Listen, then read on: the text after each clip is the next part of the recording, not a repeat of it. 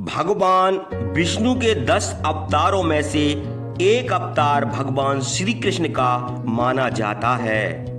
भगवान श्री कृष्ण भगवान विष्णु के पूर्ण अवतार थे और धरती पर अधर्म का नाश करने के लिए अवतरित हुए थे। क्या आप जानते हैं कि भगवान श्री कृष्ण की मृत्यु कैसे हुई थी? किसने भगवान का अंतिम संस्कार किया था? और अंतिम संस्कार में भगवान का ऐसा कौन सा अंग था जो कि जला नहीं था और वह आज भी धरती पर है? इन सभी प्रश्नों के उत्तर जानने के लिए आप इस वीडियो के अंत तक जुड़े रहें। प्रणाम मित्रों, जय करीला धाम चैनल में आपका बहुत बहुत स्वागत है।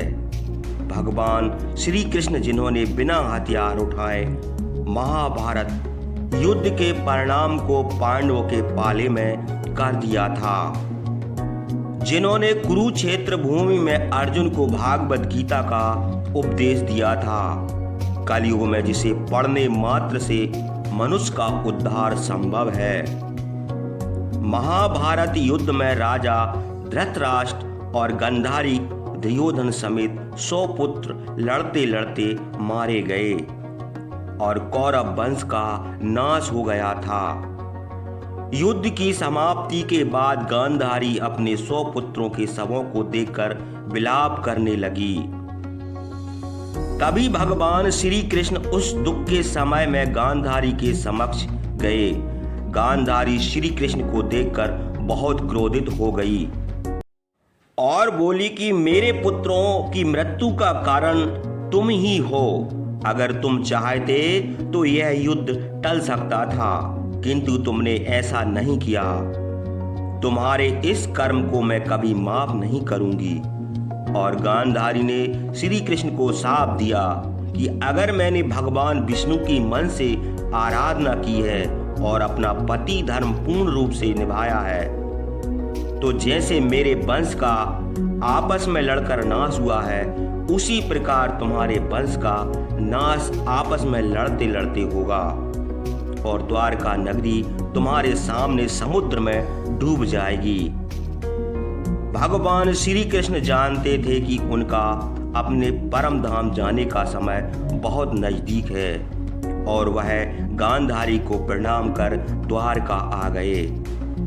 गांधारी भगवान नारायण की भक्त थी, तो अपने भक्त के मुख से निकले हुए शाप को पूर्ण करने के लिए भगवान श्री कृष्ण ने यदुवंशियों की मति खराब कर दी।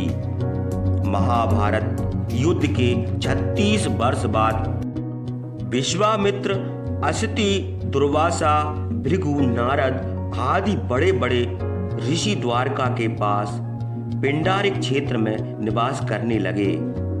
एक दिन कुछ उदंड यदुवंशी कुमार उनके पास खेल में गए। शाम को गर्भवती रूप में सजा कर ले गए और कहने लगे, ऋषिगण आप सभी का ज्ञान अमोघ और आबाद है। इस पुत्र प्राप्ति की बहुत लालसा है। कृपया आप बताने का कष्ट करें कि इसके गर्भ में पुत्र है या कन्या। ऋषिगण महाज्ञानी थे और उन बालकों की मनसा जानकर क्रोधित होकर बोले, हे मूर्खों, तुम्हारे द्वारा किया गया ये कर्म माफ करने योग्य नहीं है। शाम को जो तुम बनावटी गर्भवती स्त्री बनाकर लाए हो, अब इसकी गर्भ से एक ऐसा मूसल पैदा होगा जो तुम्हारे संपूर्ण कुल का नाश करेगा। मुनियों का श्राप सुनकर यदुवंशी कुमार डर गए और जैसे ही उन्होंने सांप का पेट खोलकर देखा, उसमें सच में लोहे का मूसल था। यह देखकर सभी कुमार पछताने लगे और मूसल ले जाकर राजा उग्रसेन के समक्ष रख दिया और सारा वृतांत सुनाया। उनके चेहरे फीके पड़ गए थे और सभा में बैठे सभी जन यह सुनकर डर गए, क्योंकि वे जानते थे कि ब्राह्मणों के द्वारा दिया गया शाप कभी खाली नहीं जाता। राजा उग्रसेन उस मूसल को चूरा करवाया और उस चूरे को तथा बचे हुए टुकड़ों को समुद्र में फेंक दिया। लोहे के टुकड़ों को एक मछली खा गई और चूरा लहरों के साथ बहकर समुद्र किनारे आ गया और उससे बिना गांठ की घास उग गई। मछली पकड़ने वाले ने उस मछली को पकड़ लिया जिसके पेट में लोहे का टुकड़ा था। जरा नामक बहेलिया को जब वह लोहे का टुकड़ा मिला, उसने उसे अपने तीर के आगे लगा दिया। उधर भगवान श्री कृष्ण ने यदुवंश के नाश करने हेतु उनकी बुद्धि हर ली और उन्होंने मैरक नामक मदिरा का सेवन कर लिया, जिससे उनकी बुद्धि भ्रष्ट हो गई और यह सब आपस में ही लड़ने लगे। लड़ाई कब युद्ध का रूप ले लिया पता ही नहीं चला। यदुवंशी एक दूसरे को मारने लगे और जब बाण समाप्त हो गए, धनुष और सभी अस्त्र शस्त्र टूट गए, तो उन्होंने एरका नामक घास को उखाड़ना शुरू कर दिया। यह वही घास थी जो ऋषियों के श्राप से उत्पन्न हुई मूसल से पैदा हुई थी। यदुवंशियों के हाथ में आते ही वह वज्र के समान कठोर मुदगर के रूप में आ गई। यदुवंशियों ने उसी घास से एक दूसरे का संहार कर दिया।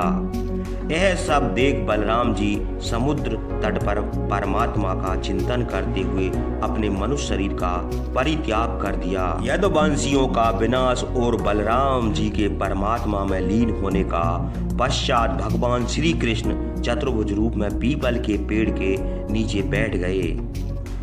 उस समय भगवान अपनी दाहिनी जांघ पर बायां पैर रखे थे। प्रभु के पैर का तलवा कमल के समान चमक रहा था। जरा नामक बहेली ने उस चमक को हिरण की आंख समझकर अपना बाण निकाला।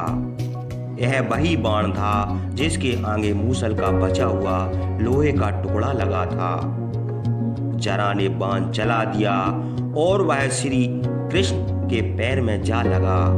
जब जरा ने देखा कि उसका तीर तो चतुर्भुज भगवान श्री कृष्ण के पैर में लगा है, तो वह विलाप करने लगा और भगवान को बोला, हे प्रभु, मैं बहुत बड़ा पापी हूँ। मैं निरपराध हिरण को मारने ताकि मैं कभी किसी की जान ना ले पाऊं। यह कहकर वह बहुत रोने लगा।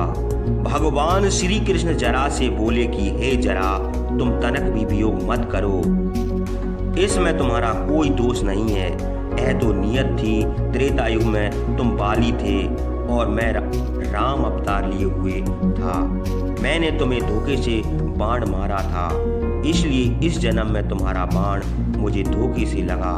प्रभु यह कहकर अपने लोक को प्रस्थान कर गए और श्री कृष्ण के प्रस्थान करते ही समुद्र ने द्वारका को पूर्णतः डुबो दिया।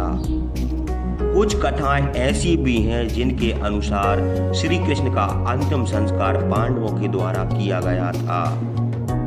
हालांकि भागवत पुराण के अनुसार ऐसी कोई कथा नहीं है। उन लौकिक कथाओं के अनुसार जब पांडवों के द्वारा श्री कृष्ण का अंतिम संस्कार हुआ, तब उनका सारा शरीर जल गया, पर उनका हृदय नहीं जला। तब पांडवों ने उनके हृदय को जल में प्रवाहित कर दिया। बाद में भगवान का हृदय राजा इंद्रियम को मिला। राजा इंद्रियम भगवान जगन्नाथ के परम भक्त थे, इसलिए उन्होंने वह हृदय भगवान जगन्नाथ की मूर्ति में स्थापित कर दिया था और माना जाता है आज भी भगवान जगन्नाथ की मूर्ति में वह हृदय स्थापित है। आशा करते हैं कि हमारी प्रस्तुति आपको अच्छी लगी होगी। आपसे अनुरोध है, आप इस वीडियो को ज़्यादा से ज़्यादा लोगों तक पहुंचाने के लिए शेयर